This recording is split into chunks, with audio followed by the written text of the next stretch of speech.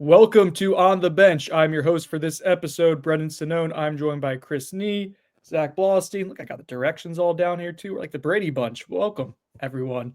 It is a chilly December morning here in Tallahassee. I'm all bundled up. I am on day 6 of a head cold. Thank you to my brother for getting everyone sick at Thanksgiving. Why he would be sick and then cook the food, I don't know, but it is what it is. We have a lot to get to today as there's been staff changes that we've reported on. There is portal season coming up on Monday and some recruiting stuff to get to, as well as FSU finishes up the early signing period. Before we get into that, Buyer Sonnone Gents, sponsored by The Turner Group. This week has been fun. Yeah. Bye. Chris, play the game right. All right, so we're having fun this week. We won't elaborate on it at all. That's it. That's the podcast. A shout out to the Turner Group, Colin, Amy Turner, sponsored by Sonnone. Legitimately great people and can help you get where you want to go, literally in the home buying process throughout the state of Florida. They're very well connected. They work really hard. Colin's a huge FSU fan. He's excited. He's finally happy. It's been a minute. So happy, Colin. Make him happier. Buy a house. And then our other sponsor is Chattanooga Whiskey. Beautiful bottle, great product, crushing it in the craft distillery game. Legitimately like a product that I enjoyed probably a little bit too much of long before they were our sponsor. They do a really good job with everything. I'm a big fan of their single barrel stuff. This is their wheated, which I forget when I shared it with Chris. It was about a year or so ago at this point. And he had the astute observation of, ooh, tastes like brown sugar. And it does. Everything they do is high quality, and you get profound tasting notes because of the quality of the product that they have. Just super like freakishly transparent with how they go ahead and you can see some of this here, like what they put in the mash bill, and they show you everything, like how it's toasted, what grains they put in there. Like it's just really transparent, high quality product. You can find it throughout the state of Florida, and actually really throughout the Southeast at this point. They're all over the place. So Chattanooga Whiskey. All right, let's start off today, guys, with let's go staff changes. So I think that's probably the newsiest of the news. Oh, there's a lot of stuff happening these days. And one was a report that we were able to put out there. FSU has not officially commented on it yet. No one's refuted it, though, at this point. And we had it pretty well sourced at this point. And that's that Randy Shannon is stepping down or is moving on. FSU's moving on from him, I guess, as the linebackers coach. We don't expect him to be with the program in any capacity moving forward. Real quick, let's talk about that before we talk about Odell Hagens and kind of give him his flowers. Chris, what do you want to say about the Randy Shannon report that you were able to break yesterday? I tried to get further confirmation while working on that, on whether or not essentially he had an opportunity to stay in some form or fashion, some capacity, potentially what I would presume would be essentially moving off the on-field staff, being an analyst type. He is someone that Mike Norvell valued. He likes a great deal, thinks highly of what he sees on the football field. I think this is more than anything a matter of Tony White having his fingerprints all over the defense, it being his defense. Obviously, a bit of a scheme change is expected with the expectation of a 3-3-5 Rocky Long, some of that type of style to the defensive ideas. Randy, from what we understand, basically just has decided to move on from the program, and the program was essentially moving on from him of being an on-field coach. He's been the co-defensive coordinator for 2 years, linebackers coach for 3, been here since 21 when he started as an analyst. He was well liked within the building. Yeah, you see that from the player response to him leaving. It's been pretty obvious, and I think that's going to be an interesting dynamic with who you retain at linebacker, because he was well liked by his position group. So that is something to keep an eye on moving forward. Obviously, this show had been, I think, professionally critical of the recruiting acumen, and I think fair of acknowledging like that he's a really good on-field coach, and you see his position group got progressively better as the season went on, outside of the Georgia Tech game, which was bizarre. But there was a pretty large split there of the strengths and weaknesses, and this offseason, a lot of it is about talent acquisition and getting better in that area. So I think this makes sense. Yeah, and I think it's definitely fair to say that I don't think any of us argue that Randy's not a good coach, right? Like, he is a good coach. He's someone that developed that room pretty well with the guys that he had in it. But like Brennan said, the biggest issue, which we had talked about, many times on here, was the need to find someone who could bring in better talent into that room from high school recruiting. Mhm. And there were some questionable eval stuff in the portal windows, and I think it was a good move for both sides. And I think Rainey's a great guy. That's obviously evident with how the players are reacting to his departure from the program. But yeah, I'm interested to see what FSU does at the linebacker spot and kind of what direction they go for this hire.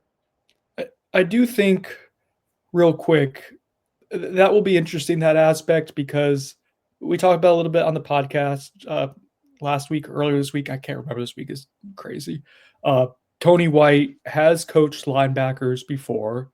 I don't know that he's coached linebackers, though, as a defensive coordinator. Chris mentioned that he kind of floated around, floater at Nebraska.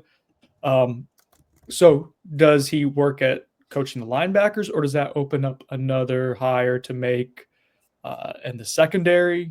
So there's going to be, have an opening on the defensive staff, at least one. So that's something to monitor, and we'll be interested to see how you kind of fill the gap moving forward. Yeah, on that note, Michael Bruns of our Nebraska site last evening put up an update, and I put it on the message board in the middle of the night, so you can see this morning pinned. He mentioned that a couple defensive staffers, Jack Potenza, Josh Bringle, they've been removed from Nebraska's staff list. Both of those guys have worked with Tony White a good bit. Both of them have a lot to do with linebackers. Potenza has worked with the Jack linebackers, while Bringle has assisted with linebackers in general. So it would not shock me if they come in some form or fashion, some capacity. I don't know if that will be as support staff or if one could potentially get, elevated to an on-field coach.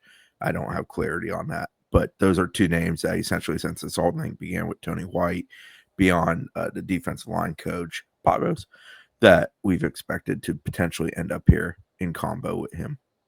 We do know that pot roast Terrence Knighton is in Tallahassee. That hire has not been officially announced, but that's coming. And that brings us to the next topic, and that is Odell Hagen's longtime defensive tackles coach. He's been an assistant coach for 31 years at Florida State. I think a defensive line coach for 30 or 29 of those seasons. And his legacy is something that we're going to talk about here, and I think spend a few minutes on, because it is a remarkable run that he's had. But he is transitioning to an off-field role. He will still be FSU's associate head coach. He'll still be part of the program, and that only feels right and fitting, is that Odell will get to, whenever he retires, in entirety, he will retire a null, and that's feels like how it should be. FSU announced that yesterday, that he'll be transitioning more of an off-field role. I'm going to share real quick. I wrote a story about him and kind of his legacy and the dozens of defensive tackles that he's developed into all ACC or NFL draft picks, and the hundreds that he's coached in his 30 plus years.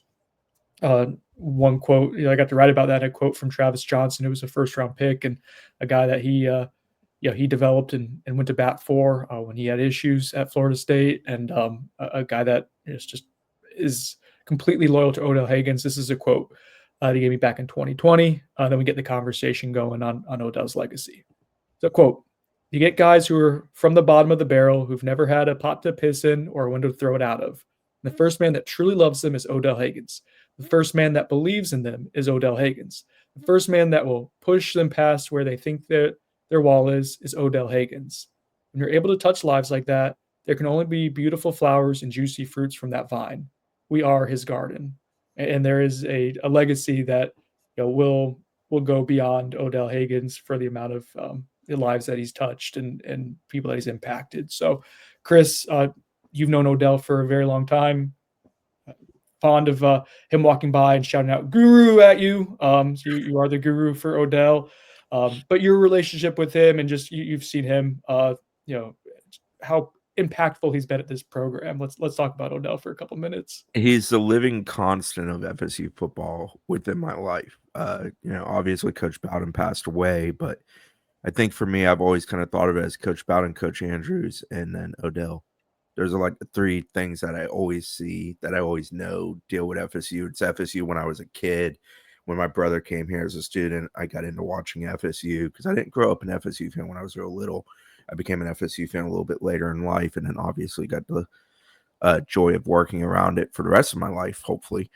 And with Odell, the thing that I just like about him is he's the same dude every damn day. He absolutely loves FSU. He loves people. He's an awesome guy, and it's not just football kids. Like he'll randomly be walking to practice, and somebody will be walking towards the weight room like another sport, and he'll strike up a conversation.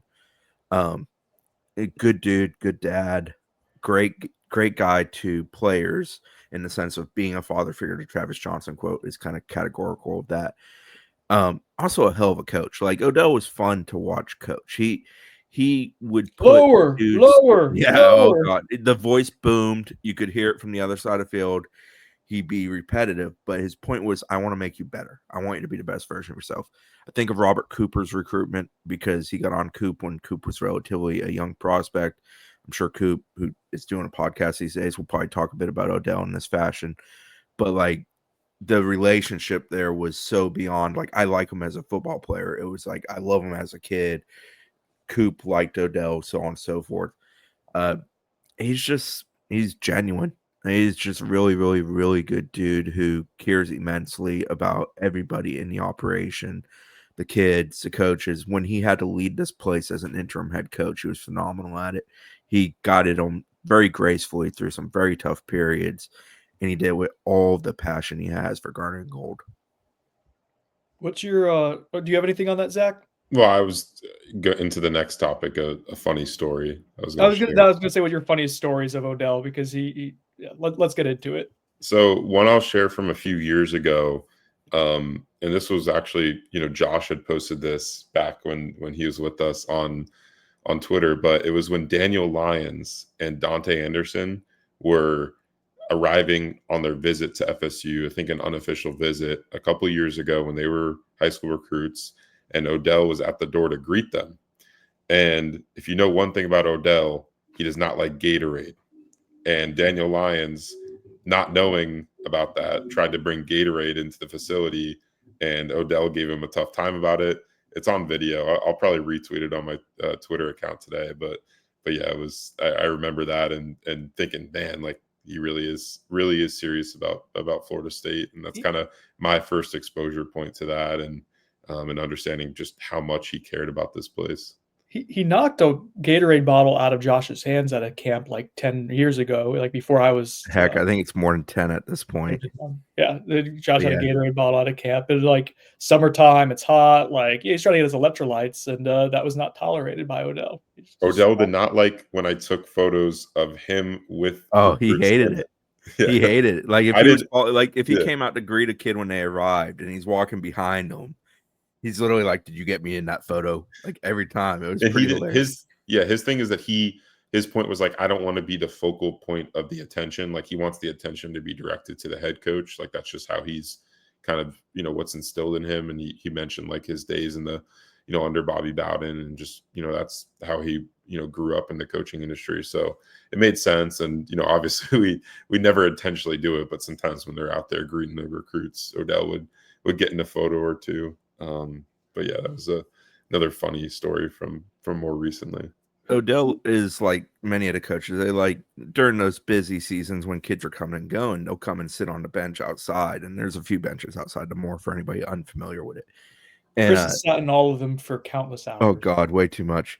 The funny thing with Odell though is like he would sit there and he would have a lot of phone conversations, and some were him calling recruits, but a lot of times it's just like, oh, I'm gonna go fishing, or like Odell's just always been the exact same. In the 20 years I've been around the program, like nothing about Odell has really changed, and I appreciate people like that. But the funny thing is on the bench, like people would walk by. I forget the softball player, might have been a soccer player in the last year or two, was walking by. I believe she had a dog she had just adopted. And because Odell had been out there regularly this time of year, she'd been walking the dog around Doak, they kept having conversations about the dog. And it was just hilarious because, like, that's Odell. Like, that's a random athlete of another sport at FSU that he knows well because he's nice to everybody and he gets to know people. He cares about people in the building. And he absolutely, like, he's an animal lover and a hunter. Well, I don't know if he's a hunter, but he's definitely a fisherman. Loves fishing. Loves that kind of stuff. Those two seem contradicting, Chris. It's a weird thing to bring them up side by side. But like he's casual person. I absolutely love Odell Higgins because he was the same the first time I met him before I worked in this job, and he's been the exact same throughout the entirety I've worked in this job. And I think there's value to people like that. I think in that industry, in that business, it's tough not to sometimes lose yourself or become something you're not. And Odell never did that. Yeah, he's a constant. He's a constant, and he gets to retire and all that. I mean, yeah, that's cool. If all of us could be so lucky to be at a place we love forever, you know what I mean? He awesome. also thought I was stalking him one year on the recruiting trail. He literally thought I put a tracker on his car. But yeah, I mean, when we put it past you? No, I guessed correctly that he was going to take an efficient route to go see kids in a certain area of the country. So you followed him the whole way. And we ended up at like saying 4 or 5 places in a 2-day span. It happens sometimes. No tracker. I remember one time, who was the DB from Orlando? Like the high end. Marcel Harris, Nick Wasom. Who are we talking about from? No, he committed to Florida State. He was here. Tate. Oh, Demore Tate. Yeah, Demore Tate. I remember he told us during a summer camp that he had committed to Florida State. And he was like a sophomore still, maybe. I was still an underclassman, and went over to Odell because that was his recruiting area. And today, Demore said he's committed. And Odell literally turned and he runs about as fast as I do, ran away from because he did not want to address it. He didn't want to get the kid's attention too much like that early on. And he legitimately just ran away. So Odell's relationship with the media has always been like, he likes us. He doesn't want to. Arm's length, baby. Yes, very much so. I think another time Josh had said that they were interviewing, who is it? Scooter? Who's the wide receiver? Oh, Jared Higgins. Jared Higgins. Is it Jared Higgins? Is it Higgins? Yeah, Scooter, right? Scooter, Jared, yeah. That sounds right. Nephew or no, cousin, he's related to Odell. I can't remember the exact family relation. They're related, and he had gone to one of Jimbo's camps, and they played no ball, and apparently had just like lit it up like as a freshman, and to the point of like where everyone was trying to interview him afterwards. And Odell saw that happening and saw these reporters around, his blood relative, and came running over to like stop it. And then I think he saw who it was and knew like he was cool with Josh and was okay. But yeah, just Odell like Papa Bear, and very, very happy that he's still around the program and we get to still cover him, and he'll get to retire at his own terms. So cool stuff there. And a move that makes sense too with Terrence Knighton coming in to still have Odell around the program. He was so big and instrumental in the recruitment of Kevin Wynn. And like, that's cool. It's like you add Kevin Wynn, you keep him. Odell's still within the program. He'll still have a chance to coach him. But then you're adding someone like Terrence Knighton who's going to know Tony White's scheme, who's going to give you an injection of energy on the recruiting trail, ties to South Florida we talked about on the Instant Pod earlier this week. So like, it's a good fit. It's a really strong coaching group now with that 1-2 punch in that room. You're really like fortifying the trenches with those two involved. One signing day thing to latch into the Odell conversation. Mm-hmm. Orvell complimented how he helped close Kevin Wynn at the end. Yeah. So like literally he worked. You saw him leaving the building when we left the signing day press conference. Like he literally did everything he's supposed to do as a coach till the very end, till this announcement came. Like, and most coaches do that. Most guys work till the job isn't the job. But like, he's still embodies that. I know he's still around it and stuff. I'm just saying, like, we have at times spoke about, we don't think Odell loves new age recruiting. And I certainly think he had gotten tired of having to be on the road to recruit as much as the job demands, which is a normal thing for any coach in their veteran years. That's not a criticism. It's just sort of a reality of it. But like, there's still a degree of like, well, I don't think he enjoyed hopping on a plane and going to recruit. He does love recruiting in the sense of finding a kid that he likes and trying to get him in the program and doing what it takes to try to get him in the program. And while the results were mixed in recent years with guys that he brought in, I think Kevin Wynn's going to be an excellent one to sort of be the bookend for him as far as kids that he brought into this program. Because I think Kevin Wynn's going to be a badass in this program. So in regards to coaching changes or staff, overhaul. So you still have staff evolution. This is big on the staff evolution phrasing. You have offensive line coach still needs to be hammered out and hired. We talked about Herb Hand on the podcast a few days ago. I don't know if he's still in the mix. He's been looking at other jobs as well. So I don't know if that's like a plan B or whatnot, but that's a name. At wide receiver coach, that's still open. I think we eliminated Marcus Davis as a candidate through talking to some people who've talked to him. Yeah, I can always circle back, but it seems like Marcus Davis is content at staying at Auburn. I do think he was someone they were interested in. Yeah, I know that was a rumor that had been going on, and I think there's legitimacy to it. Like there was, Gus worked at FSU previously. Makes sense. Doesn't seem like that's happening right now. And then you obviously have the linebacker coach opening. You're going to see how you fill that. So, there's on that note, when they announced Tony White officially yesterday, they did not include any additional title on him. Now, on Gus's case, also no additional title beyond coordinator. I was told Gus will be a floater. I'm not positive on Tony White. That could be a matter of filling out the staff and then reassigning additional titles.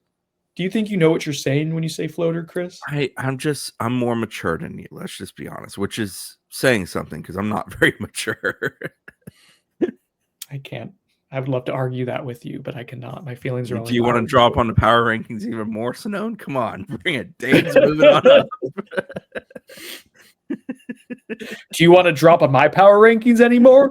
Let's go to. We started to talk about a little bit about signing day. Zach and I did the instant on Wednesday. Guys, I know the audio wasn't great. I explained at the top of the podcast. It was very clear that I was not where I was normally recording. That I was in a public space.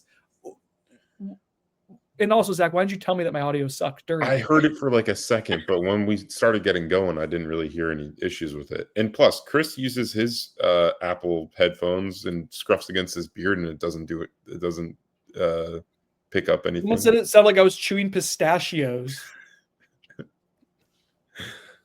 Problem. But so from the time of that podcast, we obviously talked about Usman Kroma. I got the name pronunciation down now, guys. I'm good. And nailed it. That was still in flux, and obviously like more drama kind of spilled from the time because in the middle of the podcast, so Chris, as we're recording it, Zach got a text saying that they still don't have a signature, and that became a whole thing for like 3 or 4 hours. I will say that Chris the entire time just kept considering him as a signee and was not worried at all about it. Nope, none of it. Why? Weird of you. Because he had practice, so like. I've done recruiting long enough to know, like, if there's a delay and it's like, mom and dad and kid arguing or handler, he had practice because they're still in the playoffs. They had after school practice that day. Zach is it for the listeners. Zach is incredulous right now. He was on the phone multiple times with Florida State during the period of when he was waiting. He might have been at practice, but I know he was. I wasn't worried about it. It's like Josh Petty. Like I never entertained Josh Petty stuff at all. FSU was worried about it, if you're wondering. I mean, they're welcome to be. Like they're allowed to be, but no. As long as Chris is like, not my money, not my problem. So FSU, long story short, FSU flips Usman Kroma on signing day and then retains him after a push from Georgia while he was at practice, not getting pushed from Georgia. And FSU retains him. And that's a huge win for Florida State. A guy who, like, I think kind of changes the trajectory of the offseason. That, like, I don't know if you have to go after a running back in the portal now because you're probably going to be paying him, like, starting running back money. Him, Danzy Davis, Singleton, all who are very young in that room. Roydell Williams. Because I don't see back. What's up with Roydell moving forward? Yeah. Because I has eligibility. Because I home still has a year of eligibility. I don't know how, but he does. COVID years and injuries and stuff. I guess 20, and we're counting another as a red shirt. So 22. We know they offered CJ Campbell to return in the transfer portal. I put in a crystal ball to Memphis the other day, so we'll see. Like walking in Memphis. I mean, there's some ties there with Silverfield and whatnot, but we'll see. It's a good running back market too, the transfer portal. Like there's some really good underclassmen running backs. I'm blanking on the kid's name from ULM, but yeah, there's multiple guys who are high end. So we'll see. But you realistically invested a good amount of money to make that flip happen. Just being transparent, that probably is at play for a lot of these blue chip guys, but. That you're trying to flip or finishing on signing day. But anyways, you're able to get that done. That's big. Did anything else develop? We mentioned Josh Petty. Yeah, FSU tried to get in on that. Didn't happen. Don't be petty, Chris. I just like it literally was the same script as when he committed the first time of hee haw and let's see what kind of offers I can milk out of this. I wasn't here for it. They were in dispute over like NIL contractual language from what I heard. But the expectation, like Chris said, the entire time was that he was going to sign with Georgia Tech. But other schools obviously did their due diligence and checked in on their recruitment and tried to make a play. I mean, Josh Petty got on the phone with Mike Norvell, but like it. Yeah, I think other reporting had Oregon and somebody else also kicking the tires there. I know FSU is in touch with Ty Haywood, the 5-star Alabama offensive tackle commit, who is not expected to sign in this window. He's expected to wait until February to make his decision. The reporting out there is that he's not slated to sign with or to end up at Alabama. Michigan is making a really strong push for him. They've got a lot of money now with their multi-billion-dollar donor, I guess. And Dave. Yeah, it's a Michigan alum's husband who I think he went to Purdue. He's like the second richest guy in the world or something. Yeah, that's a toughie. Wow. That's tough to compete against. Here's to divorce and him finding a beautiful Florida State woman. We need it, buddy. Got to fill those coffers. Jesus. Yeah. So Ty Haywood, I mean, don't, like I said on the board, don't get your hopes up about that one, but FSU is trying to get in the mix there. And then they got 3 decisions happening on Friday that for prospects that they have been involved with to varying levels. The first one will be Teddy Hoffman, the 3-star receiver out of South Florida, who's kind of came onto the scene late. FSU offered him literally this week. They like him, like they think he's a good player, but they just signed 4 receivers and they're expected to take at least 1 in the transfer portal, maybe more. So they're probably not going to push very hard to, battle and land him this morning. I think we're expecting him to land at NC State as of right now. And then there's 2 later in the day, both 4-star edge prospects that Florida State's involved with. I feel better about FSU with LaJesse Harold. We've talked about him plenty this past week, but he's a guy that, had been trending to Florida State after decommitting from LSU, took an OV this past weekend, expected him to sign earlier in the week. We had reported first on Tuesday night that the word was that he was going to maybe delay his signing or delay it a few days, and that's what happened. He's going to announce this afternoon around 4 p.m. at his high school. The expectation from what I've heard is, FSU still sits in a really good spot for LaJesse Harold. What's up, Brendan? Buyer Sonone. Brought to you by the Turner Group. LaJesse Harold would be the highest defensive end signee of the Mike Norvell era. By? I don't know the answer to it. I thought maybe I think so. I mean, most of their top DN or top end signees the past 5 cycles have been either like a receiver or DB. So I'm trying to think. Does Amari Williams count? I guess maybe Amari Williams. Yeah, I think. I don't think he was technically be. He was an athlete though. Yeah. Well, he was ranked as an athlete. You're right, and I think he's ranked a little bit. Amari. Yeah. So where's LaJesse? He's 146. LaJesse's just over him. LaJesse's higher. Yeah. LaJesse's 146. Yep. Yeah, he's ranked higher or lower. Yeah. So by higher ranked product, which is crazy. Sorry to derail. I just thought that was a thing to talk about. Jesse, we talked a bit about him coming off the official. He's intriguing because he's a good athlete, but he is someone who I think wholeheartedly has to be molded into the player he's going to be at the next level positionally. Yeah, he's a project. But good build. What's he like 6'5", 220? That's what they list him at. I think he's a tad bit shorter than that, but I didn't get measurements off of the weekend. I was told he's closer to 6'3" than 6'5". Yeah. Sorry, the other 4-star reaction. Sorry, I apologize. That's probably the other 4-star edge. Sanone's a man that knows 2 inches makes all the difference. Tylon Lee. What's happening with Chris is in rare form. He's advocated for divorce. He did not for care financial about reasons for FSU. Love matters, but money is also really important in this current era. his And then current also you have era. 2 extra inches that might help you in flipping a bride too. Whoa. Sorry. Oh, sorry, Jeez. that was too far. Okay. That might be a step too far. Yeah. Jesus, no, can't take you anywhere. Kids show. Tylon Lee, the 4-star edge out of Milton, Florida, Pace High School, committed to Ole Miss. He's looking to make his decision later this afternoon as well, around 2:30. It's whether he's going to stick with Ole Miss or flip to FSU. It's described to me as a coin flip from FSU's perspective. We will see how that one shakes out. I don't have a great idea. My inkling is that it's going to be Ole Miss, but I don't have any final word. So Zach, if he delays, like if that one gets weird, uncomfortable for you guys, I mean, I'll probably stay constant in my thought process on it because that's what I'm doing this year. But I'm driving over that way later today, so just let me know. I'll get off the highway and I'll stop. Go drop a bag. I don't know about that. Let's not get me Seems fired today. unethical for Chris to do that. So yeah, that'll be the finishing touches that we're monitoring here in the final day of. What about Justice Terry? We're just gonna ignore Justice Terry? I think we know how you feel about Justice Terry, right? I Is mean, it similar to Josh Petty? I'm believing Justice Terry's going to Georgia till he doesn't. I don't know for a fact he's going to Georgia. I've just kind of believed throughout the entirety of this that he's going to Georgia. I think if it's not Georgia, who would it be? Texas? Sounds like Texas. I have to say, like, just elephant in the room here. All right, and if we have to scrap this, we can scrap this. But I think we just talk about this openly at this point.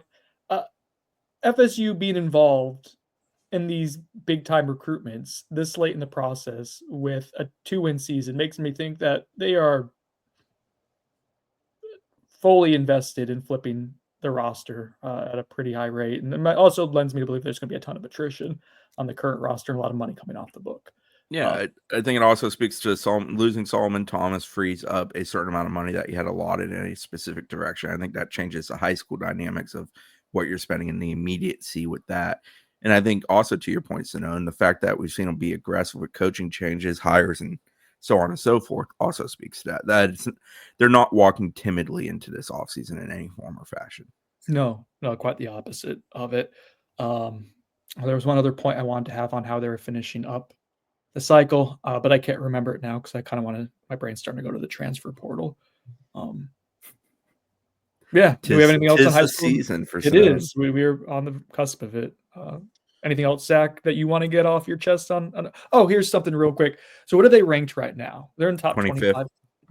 Okay. So Chris, Zach, and I touched on this because it's been fun to cover this week, and it's been nice to actually have some wins late in the process. But there's a caveat to it, and that's you took a ton of losses during the actual recruiting process until the final week.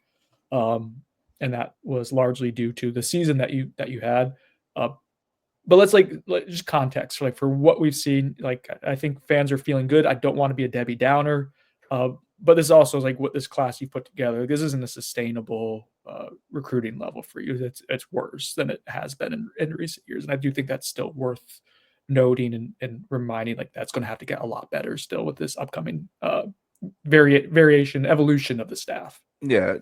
So Irish OFL War Chant, when the press conference with Norvell wrapped up, posed a good question and just shooting it in the room with me and a couple others.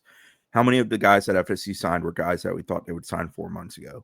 And of the 18, it's roughly about half. It's around 9 or 10, I think, total. It's a transition class. So it sort of speaks to it. There's those guys that had been long earmarked guys, the Kevin Wins, the Chromas, the Zay Thomases, people like that have been. Mario Nash, I think, falls in that category too, had been, really, really long. Sean Perrett, sort of the middle ground, because he's a guy they liked in June, but was sort of a backup plan at the time, in the sense of they thought they were going to go a little bit bigger and better at O-line, but they liked Sean. There was a push in June by some people that we want to take Sean, so I don't want people to demean what it meant for them to get him. He is someone they valued for 6 months before they ended up signing him, and valued in a way where they offered him and pursued him to that level.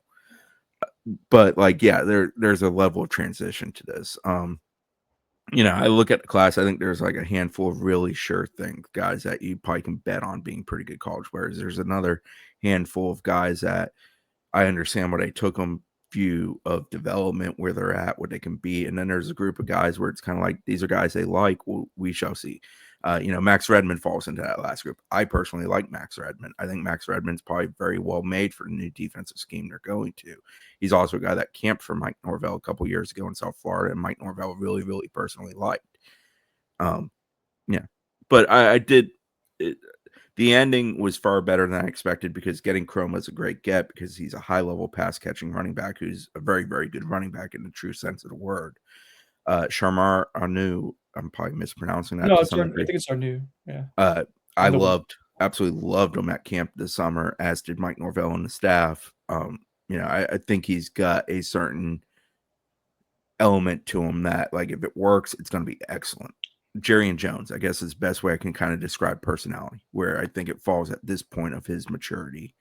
He kind of has that, I want to get after you, that kind of thing to him. Now you got to round the edges on that too. But yeah, I mean, Bruno, I think, is an excellent kicker punter. I like the combination. I got to bring up the kicker. I love my kicker. That's another. He's been all in on the punter kicker beat this cycle too. I'm a big fan, man. Big fan. Someone's got to cover special teams. We talked about Bruno, man. So.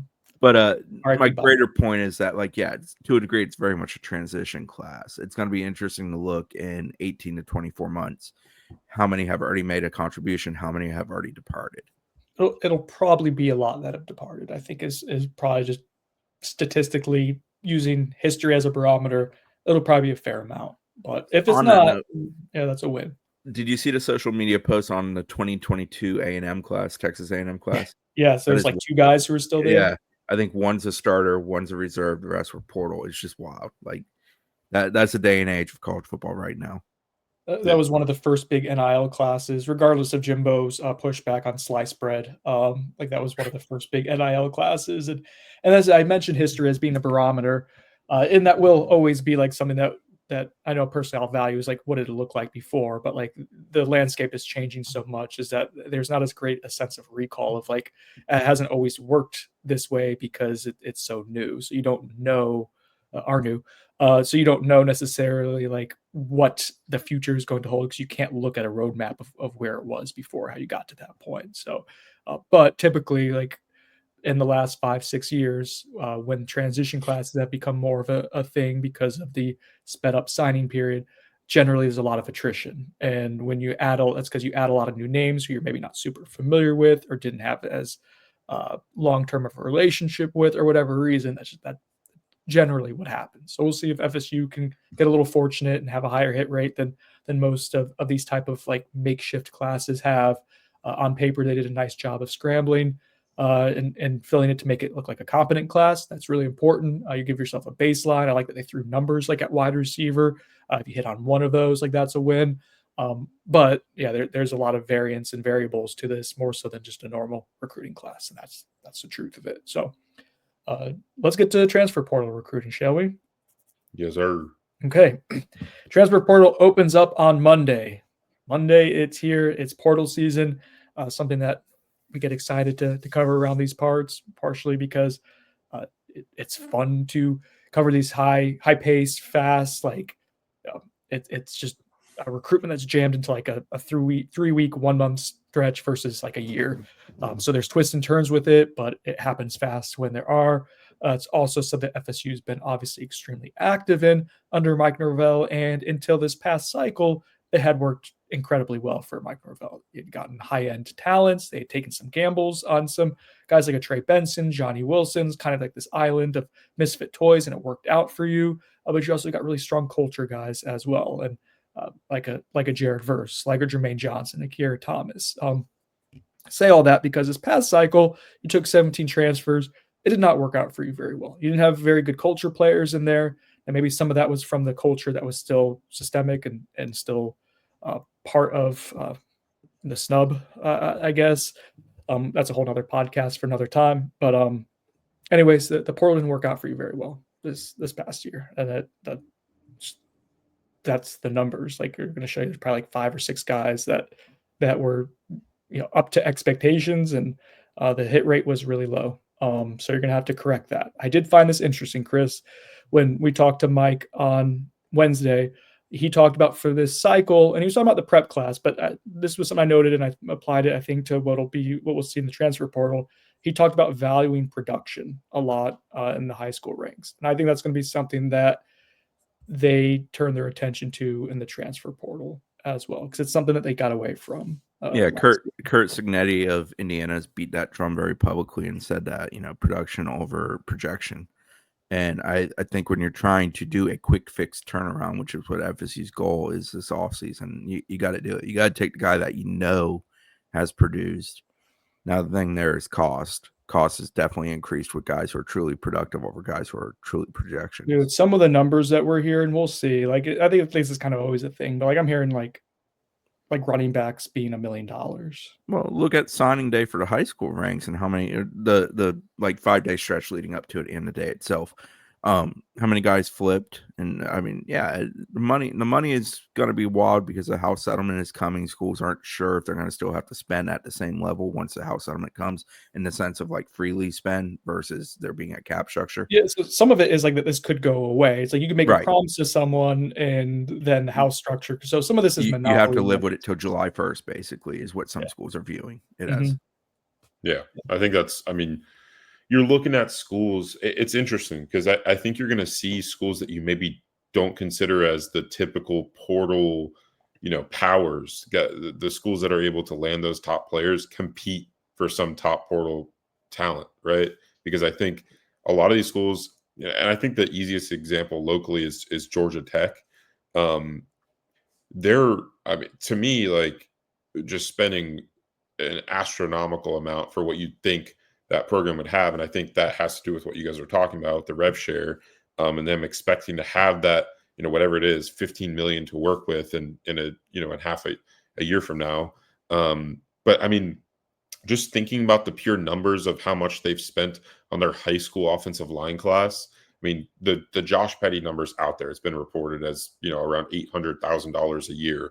And from what I heard, it's like $2.4 million guaranteed over the course of his career, is what they wanted. So it probably didn't go down in price the last couple of days either. Yeah, with Ohio State, Oregon, and FSU poking around. So yeah, the top 5 non-signed kids at the end of Wednesday, I think 3 were O linemen, 1 was Justice Terry, and the other one is LeJesse Harold. Yeah, which is really smart to do. Zach's a big fan of that. Yeah, I think that's how you increase your value, a ton, because these schools get desperate. Those are the positions that you always need, right? You always want that, especially in the high school ranks, because that's where you're kind of trying to bet on yourself and hope you get one, and you don't have to be in a situation like Florida State where you're looking for one in the portal. But yeah, the prices are, I mean, they over the past year they've skyrocketed because of the expectation of rev share, and it's only going to get more real now that you can kind of see it coming, right? It's not far away, and I think schools are operating under the assumption that it's going, they're going to have that money to work with, and they don't really have to worry about maybe current issues in funding because, hey, well, later on we're going to be able to make these payments. So the flip side is, beyond the schools, the kids are also thinking this is the last time I might be able to go and basically get as much as I can get. So I think there's a degree of that certainly going on in the transfer portal window. So when the amounts of money that we're alluding to here are at play, it means weird stuff's going to happen. So the next month or so should be entertaining. There should be a lot of moving pieces. There's already been a lot of names that have either entered the transfer portals, like grad transfer types, or have declared their intent to. And the portal still hasn't even opened yet, so it's still to come. And there's actually like a wide receiver market looks to be pretty promising. Offensive line market, we'll see how quickly that game of musical chairs goes. Looks good. Running back market, good. And this, again, is just an early snippet of it. But there's going to be guys out there who can help you. It can be really interesting to see what FSU values. Now, a few things we'll talk about, what we think strategy is going to be for them. We expect them to be active, extremely active. We expect a decent amount of attrition from Florida State this year. We'll see if some underclassmen who we thought were maybe going to leave get cold feet and now want to stay as coordinators are settled in, and exit interviews are happening here through today. Yeah, it's Friday. So I think this is the last day of exit interviews where Mike Norvell's meeting with. He referenced 15 exit interviews on Wednesday, for example. On Wednesday, yeah. And I think today's the last day, if I'm not mistaken, where they'll probably be doing that and then start trying to renegotiate with guys if they haven't already. What was the quote that he had in his press conference about, like, I think it was a question about, whether guys like, He said some may not have a choice. Guys who had shown maybe not, being bought in or whatever, some may not have the choice. We'll see. Like, I think we've heard this before, not in such public and demonstrative terms, but there have been times where we've covered the program where we thought guys were on their way out and they weren't. I think that's an area of growth for him, right?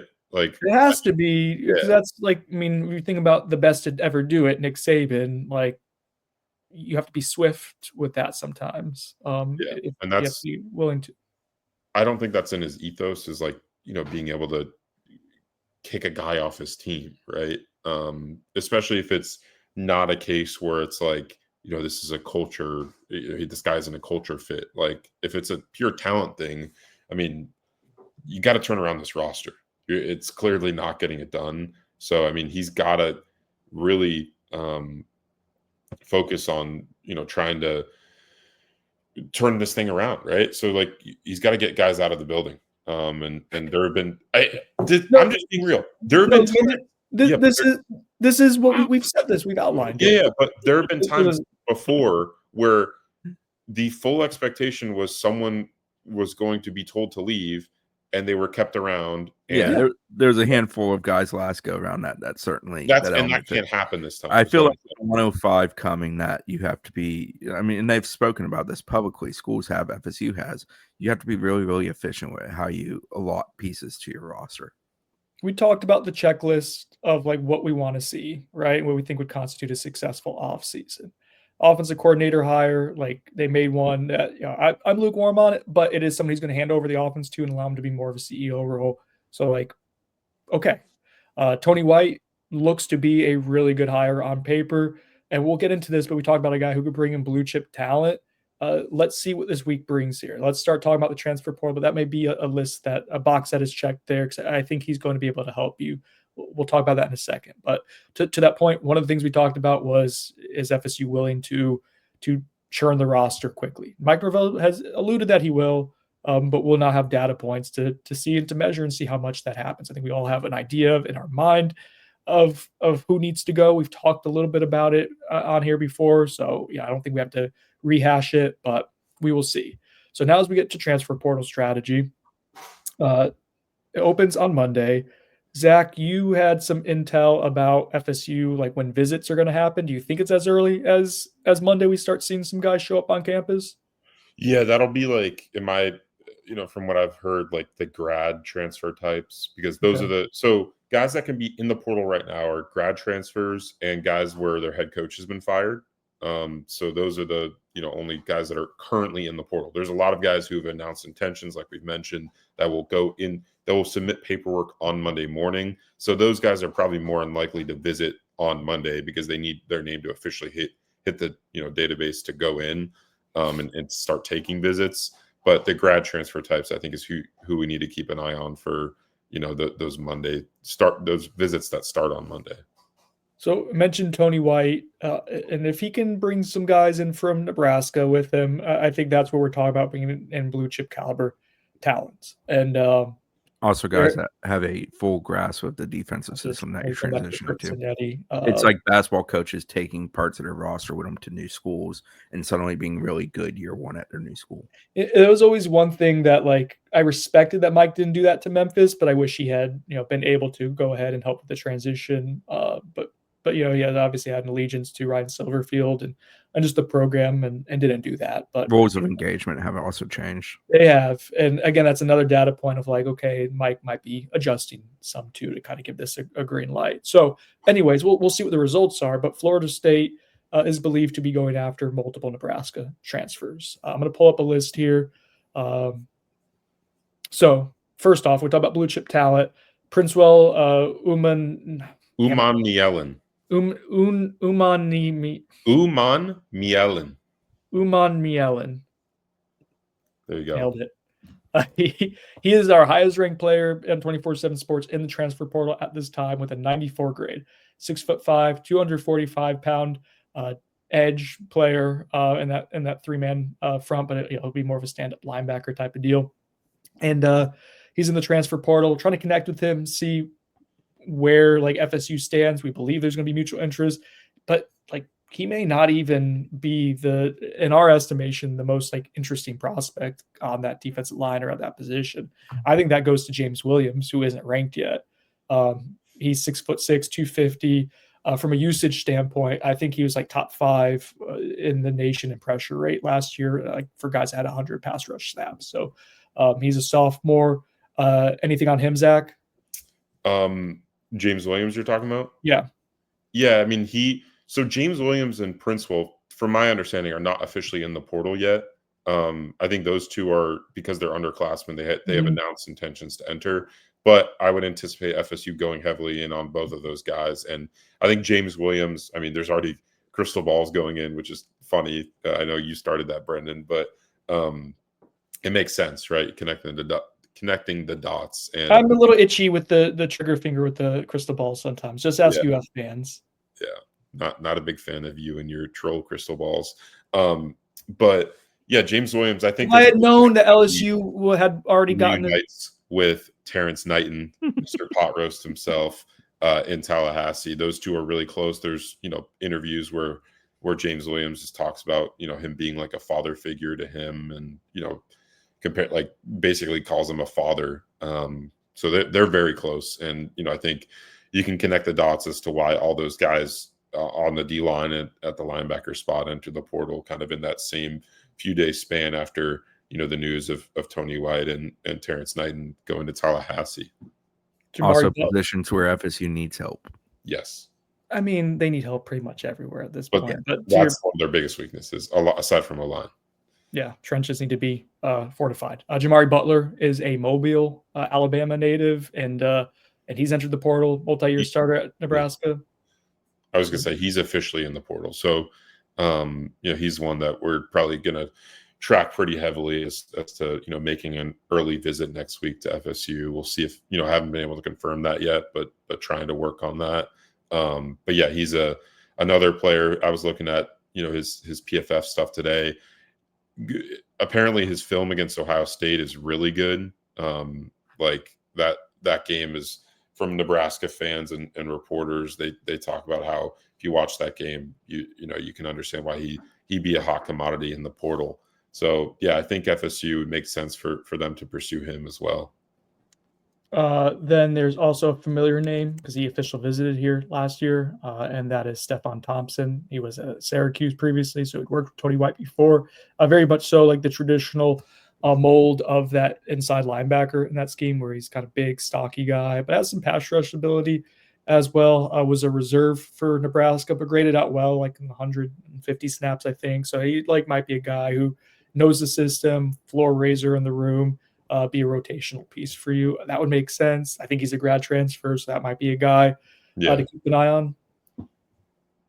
And then last one of maybe potential interest, but you might have clarity on this, Zach, is Mekhi Gatebuyer. You're killing it. Yeah, he's a linebacker for Nebraska that entered the portal. I think he's less likely, from what I've heard, to end up at FSU, just based on, so he's officially in, and I think he's lining up visits already. And FSU is not amongst those visits that have been lined up from what I understand. That could change, right? We're not, into the next week yet where these visits start happening. But from what I've seen, and heard, I don't think he's as likely as the other guys you mentioned to rejoin their old coaching staff in Tallahassee. Another position group that I want to focus on, and so that'll be interesting to see what happens and what transpires there this week. Another position group that I want to focus on is offensive line. That might be an area that FSU emphasizes in the transfer. A little bit, maybe. You think maybe Portal Szn, offensive line transfers being more than 4? Bye. Chris isn't paying attention. That's fine. He looks like he's doing stuff. I think he'll be right at 4. Chris, Portal Szn, sponsored by the Turner Group. 4 or more more than 4 offensive linemen. If they're not going to take more than 4 offensive, can I just jump in here? If they're not going to take more than 4 offensive linemen, how are you getting to 30 plus transfers? 4 offensive linemen, 4 defensive linemen, 4 linebackers, 4 quarterbacks, 4 running backs, and a partridge in a pear tree. 'Tis the season, Zach. They're taking more than 4 offensive linemen. They better. Wow, that's a threat that he just made, or else Chris is going to make. I think I'll go divorce. with a bye because there's the element of a new O-line coach, and O-line coaches are usually relatively specific on body types, who they want, what they want, those kind of things. So I think the churn could be pretty high, and they also clearly need to bring in guys. They've already been somewhat aggressive there. The Northwestern kid is one that they definitely reached out to. I know they like a lot on film. He was extremely good last year from a PFF standpoint. Big step up as he settled in at guard. There's a young man from Western Carolina who's originally from Jacksonville Beach area. Eric Simmons. Yeah, he's already locked in a visit that Zach reported yesterday. So we're seeing a healthy amount of aggressiveness there. I think the preference would be to flip that unit a good bit. Yeah, I think that unit is one that you want to flip quite a bit, given one, what you lose, and what who did that? Why would you do that? I was trying to mute my mic and then I accidentally hit your thing on the bottom and eliminated you. You can play at that game. I don't like that we're not in the same order that we were before. Switch. All right, there we go. All right, a name that I want to throw out there on the offensive line is Patrick Kudas from Arkansas. I think I'm saying that right. I'm probably not, though. I can't honestly be confident in that. But he was a starter for a good chunk of this season. He had a back injury, I believe, through the first part of the year, and they could have gotten him back a little earlier, but they wanted to redshirt him. That was something that they had discussed, that was important for his future. So he only plays in 4 games, actually played in 3, and then sat out 1 against an FCS team, and then started another game, but graded out really well. 71.1 in 4 games against SEC teams. It was mostly at guard.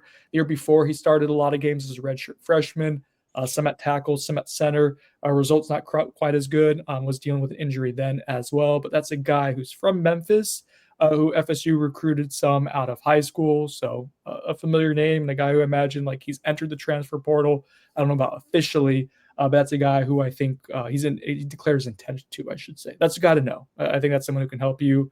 And there's some connections there if you're connecting dots. Chris, you mentioned Derek Simmons, the Western Carolina transfer.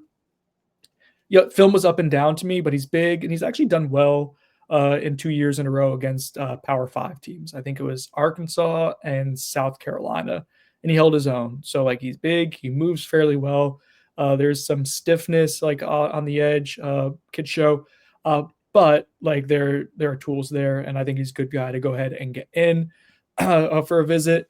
Caden Kittler from UCF has also declared to enter the transfer portal. He is a center, graded out well this year as a starter at 68.1. Very solid grades all across the board. Watched him for a little bit, and moves well. A little undersized at 295 pounds. Obviously, a tie there to Gus Malzahn. So those are a handful of names. The last one is Corey Robinson from Georgia Tech. I believe there's some interest there. He was a starting left tackle at Georgia Tech. Splits are crazy. Like his pass block grades, I think, lead the Power 5, like a 91 grade, and the run block's like 55 or something like that. But he's a Georgia native. He's got starting experience. I think there's some connections that he has to people on FSU's staff. So that's a guy who I think you look at as maybe being a name to know early on here. All right, that's the offensive line. Good. Anything we want to add there?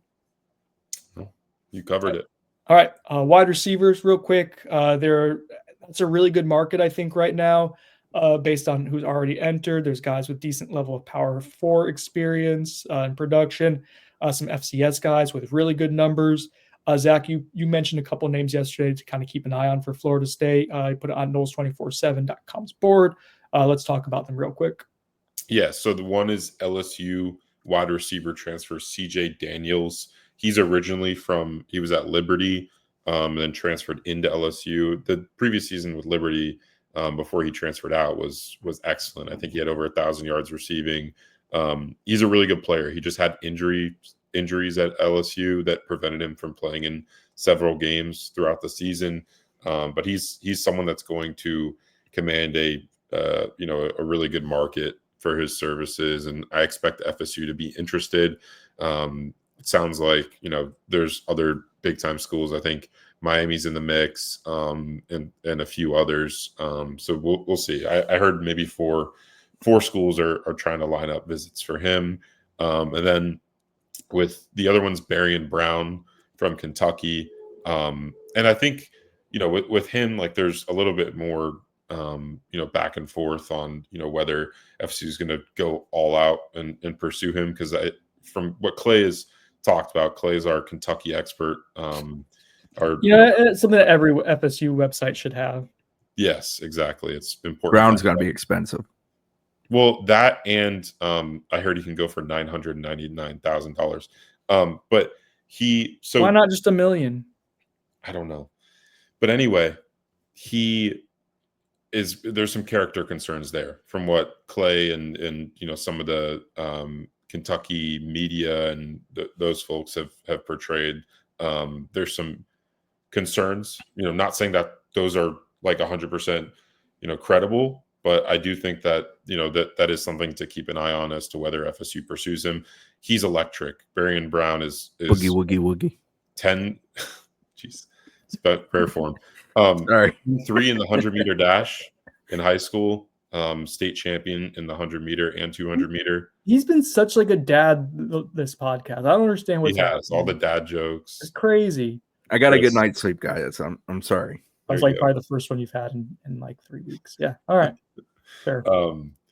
But yeah, so Barry Brown is, I think he has like the all-time SEC kickoff return record or something. He's got 5 in his career for touchdowns. So electric player, a guy that does have some pretty impressive upside, but there are some character concerns there. So we'll see whether FSU goes all out and pursues him. There's another Kentucky receiver, which I think might be a better option. I don't know if FSU can get into the mix, but Dane Key, he's got some good production over the last 3 years. This past year was his best year. And, talking to Clay and just watching Kentucky this year, they don't have a great offense. I was going to say, you have to get on a curve because they don't have a great quarterback situation for sure, which might impact the wide play a little bit. Yeah, exactly. So, those are kind of the 3 that I've circled. But like you said, the receiver market looks pretty robust right now, and we're not even into when the portal officially opens. I think we could probably see more once championship weekend's over with. But yeah, this is a market that FSU is absolutely going to explore. I've been told they're definitely going to take a portal receiver and someone that, I think, I just lost my train of thought. I don't know why. Oh, it's not so fun when it happens to you, is it? You're texting me on the side. You're messing with me. Sucks to get old, Zach. Anyway, yeah, receiver. That's going to be a big priority position for Florida State in the portal. I just killed it, guys. Crushed it. Usman Chroma. I got it. Quarterback. Quarterback is one thing that I'm going to find. Oh, Chris, do you have to get out of here? In a minute, yeah. All right. There's a lot of interesting names who have entered the transfer portal at quarterback who would fit, I think, what Gus Malzahn wants to do from a mobility standpoint.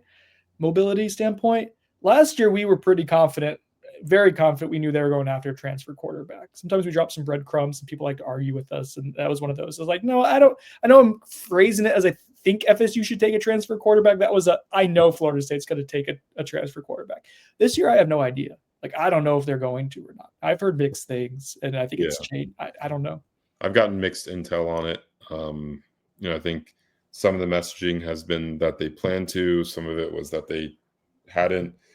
I think a variable in this that we don't have a great feel for right now is the what Gus Malzahn and his impact is going to be on this decision. I think that is going to play an important factor on whether FSU does take a transfer quarterback. Finding someone that maybe fits his scheme better could be a priority. It's not something we know of right now.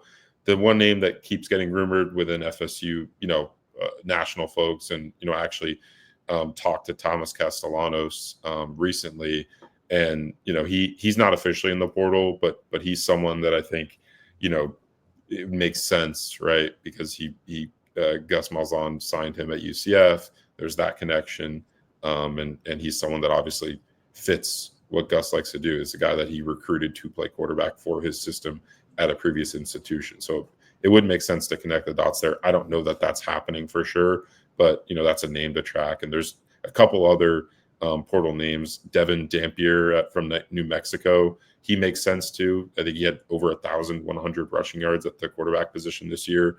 His play is wild if you watch him. A little sporadic, but fun. But yeah, he had. I think our guy Clint Brewster for 24/7 Sports posted he had 22 big time throws per PFF this year. Mhm. So he can get it done passing the football. He's a little erratic, but I think that there's a few quarterback names that do make sense when you consider Malzahn's influence on this potential decision for them.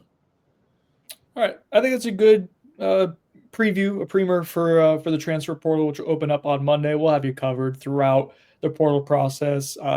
Stay tuned. Check out Knowles247.com, which is where obviously our home base is, and that's where we put a lot of intel and nuggets, and you can get those all in live time quickly. We do pride ourselves in how we cover the transfer portal in this time of year. Work really hard to do that. So yeah, please check us out if you haven't. I think we had 300 new subscribers in the past few weeks. So thank you to those who've tried us out. Hopefully you stick around.